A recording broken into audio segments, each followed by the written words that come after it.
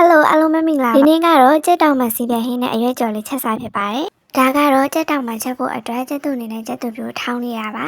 ညနေညက်သွားရင်တော့ငရုတ်သီးခွဲချမ်းနဲ့အစိမ့်မုံလေးထပ်ထည့်ပြီးထောင်းထားပါတယ်အခုကတော့ကြက်တောင်မှဝင်တိကြရေးစေးတက်ဆင်ပြီးတော့အရသာနေပါမယ်အရသာနေနဲ့ကတော့စားရဲ့အချုံမို့ရဲ့နွေးမို့ရဲ့ခနောနဲ့ထည့်ပြီးနေတာအခုကတော့ကြက်သားရဲ့အရသာစိတ်ဝင်သွားလို့တိကျလေးနေနေရပါဒါရင်တော့ခဏလေးနှက်ထားပြီးတော့ချက်ဖို့လုပ်ပါတော့မယ်အခုကတော့ကြက်သားချက်ဖို့အတွက်စီတက်နေတာပေါ့နော်စီလေးနည်းနည်းဆူလာပြီဆိုရင်နွေးမုတ်လေးထည့်ပြီးတော့ငရုတ်တီထောင်းထားတာလေးထည့်ပါမယ်စီတက်တဲ့အခါမှာလည်းတေချာလေးကြအောင်လုပ်ဖို့လိုတယ်ပေါ့နော်အဲ့ဒါမှဟင်းချက်တဲ့အခါမှာစားကောင်းပါလားစီတက်တာကတေချာလေးမွေးလာပြီဆိုရင်ငပြာရည်လေးနည်းနည်းထည့်လိုက်ပါမယ်အခုကတော့ကြက်သားလေးကိုထည့်ပြီးတော့တေချာလေးလုံးထားလိုက်ပါမယ်တေချာလေးလုံးပြီးလို့စီလေးပြန်လာကမှစီလေးနည်းနည်းထည့်ပြီးတော့ထပ်လုံးပါမယ်နောက်ထပ်တစ်ပြန်စီပြန်လာပြီဆိုရင်တော့ရေထည့်ပြီးတော့အုပ်ထားလိုက်ပါမယ်အခုဆိုရင်တော့ရေထည့်ထားတာလေးကဆူလာပြီဆိုတော့အရသာလေးမြည်မယ်ပေါ့နော်ပေါငန်လေးမြည်ပြီးွားရင်တော့နည်းနည်းဆက်ပြီးတော့နောက်ဆုံးမှာကြက်သားကတိချာလေးစီးပြန်လာပြီဆိုရင်မဆလာထည့်လို့ရတယ်ပေါ့နော်ဒါကတော့ကြိုက်ရင်ထည့်လို့ရပါတယ်မကြိုက်လည်းဘာမှဖြစ်ပါဘူးအခုဆိုရင်တော့ကြက်တောင်မှစီပြန်ဟင်းလေးရပါပြီ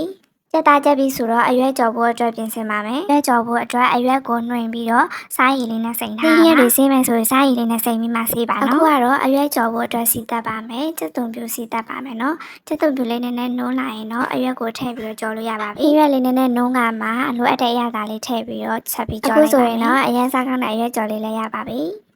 နောက်ထပ်မပါမဖြစ်ရတော့ငပိရေပြောပေါ့နော်ငပိရေပြောကတော့ဟိုလိုမျိုးကြီးမဖြောထားဘူးဒီတိုင်းပေါ့ပေါ့ပါပါပဲဖြောထားလိုက်တာပါအခုကတော့အားလုံးချက်ပြုတ်လို့ပြပါပြီဒီနေ့အတွက်ကတော့အရွက်ကြော်ရဲ့ကြက်တောင်ပန်စီပြန်ဟင်းရဲ့ငပိရေပြောရဲ့ပဲဖြစ်ပါတယ်ဒီနေ့အတွက်ကတော့ဒီလောက်ပါပဲအားလုံးပဲ good night ပါ bye bye